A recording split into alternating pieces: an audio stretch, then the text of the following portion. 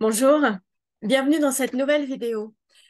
Aujourd'hui, je voulais vous parler euh, d'un petit tour d'horizon sur qui sont les personnes qui subissent des violences conjugales.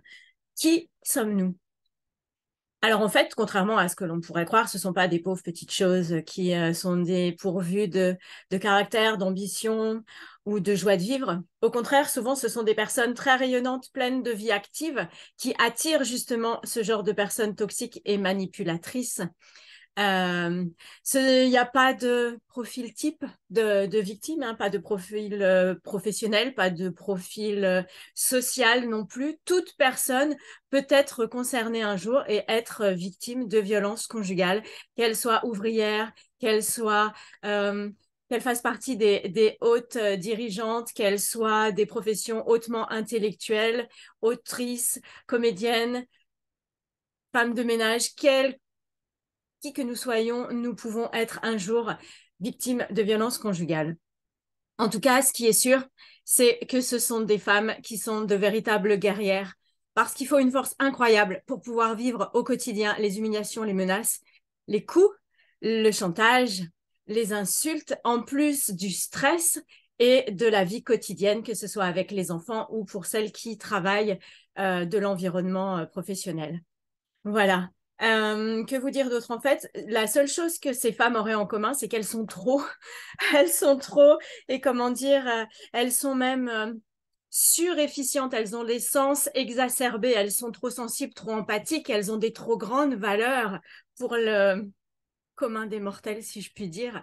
Et du coup, ce sont des proies idéales parce qu'elles vont mettre leurs valeurs en avant plutôt que leur vie pour pouvoir prouver que elles sont capables d'aider la personne parce qu'en plus, elles ne se positionnent pas en tant que victime, mais plutôt en tant que sauveur, ce maudit triangle de Karman qui fait le bourreau, sauveur et victime. Et c'est vrai qu'on pense que finalement, cette personne a tellement souffert avant nous, a eu tellement peu de chance, etc., que grâce à nous, enfin, nous en tout cas, on va tout faire pour l'aider et excuser ces comportements qui sont absolument impardonnables et inexcusables puisqu'elles mettent notre vie en danger.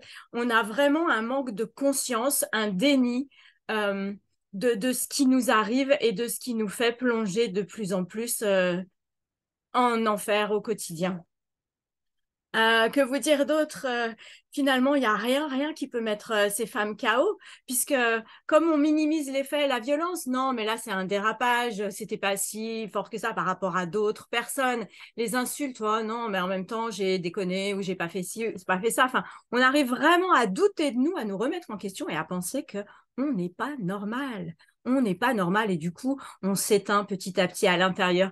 J'aime beaucoup malheureusement prendre cette image dans Harry Potter des mange-morts. En fait, c'est vraiment les pervers narcissiques, les personnes qui nous mettent sous emprise sont des mange-morts qui aspirent notre énergie vitale et nous, on se dessèche de l'intérieur, on perd toute joie de vivre, tout fonctionnement mental. On est aussi des personnes qui pensent trop, qui se remettent sans arrêt en question qu'est-ce qu'il fallait faire, qu'est-ce qu'il fallait pas faire. Ah, pourquoi j'ai dit ça, pourquoi j'aurais pas dû dire ça, etc. Et ça tourne et ça tourne et ça tourne en boucle pour plaire, pour faire plaisir à l'autre, par peur aussi peut-être de dépendance affective, de perdre la personne.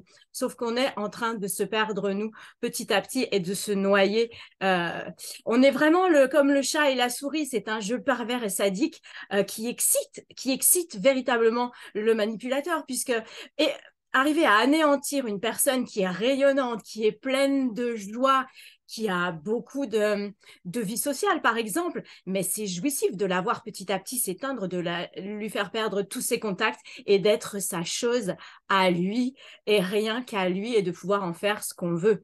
Et du coup, ce sont des personnes, souvent ces manipulateurs, qui brassent de l'air et qui savent rien concrétiser dans la matière, alors que les personnes qui en sont victimes, elles, souvent, eh ben, elles gèrent tout toutes seules de toute manière. Donc, elles ont des ressources incroyables, elles savent tout gérer et c'est le confort total pour les manipulateurs qui, eux, n'ont plus qu'à se la coller douce et à profiter de tout ce que fait cette chère compagne adorable que je peux maltraiter en toute impunité, malheureusement, encore.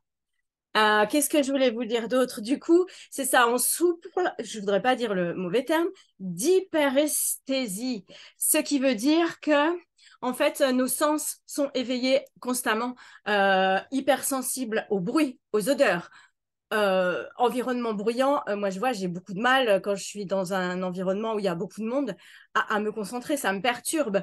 Les bruits au loin, je les entends. Les odeurs peuvent me déranger quand elles sont trop fortes. Enfin, voilà, et ça nous fatigue aussi, ça nous épuise de l'intérieur.